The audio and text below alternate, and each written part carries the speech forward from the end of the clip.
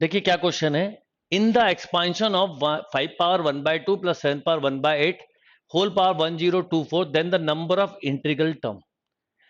Integral term या non integral term जब भी बोले, बड़ा शॉर्ट टेक्निक है, बहुत ही सिंपल, कि आपको हो सकता है इस फॉर्म में क्वेश्चन हो। एम एन मान लेते हैं,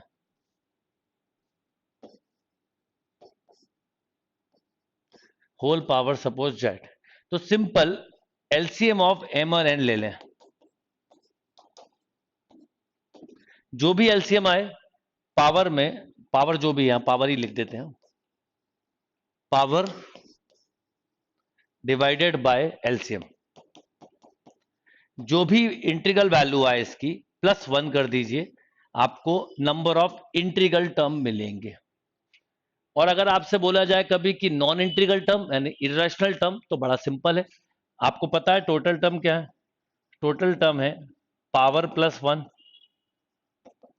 तो पावर प्लस 1 में इंटीग्रल टर्म माइनस कर दीजिए तो आपको नॉन इंटीग्रल टर्म मिल जाएंगे। इसका मतलब इस क्वेश्चन को बड़े ही सिंपल वे में अगर हम सॉल्व करना चाहें तो 2 और 8 का एलसीएम 8 ही आएगा, तो आपको 1024 में 8 का डिवाइड करना है, तो 1024 मतलब 2 की पावर 10 अपॉन 2 की पावर 3 यानी 2 की पावर एक तरह से 7, तो 128, राइट 128। तो अब अगर ये फ्रैक्शन में भी आता ना तो हम केवल इंटीग्रल वैल्यू लेते, तो integral value plus 1 equal to number of integral term, क्योंकि पहला टर्म जो पावर जीरो वाला काउंटिंग जीरो से होती है इसलिए ऐसा होता है, पहला टर्म भी नॉन इंटीग्रल तो जीरो से काउंटिंग होती है, ये रीजन है।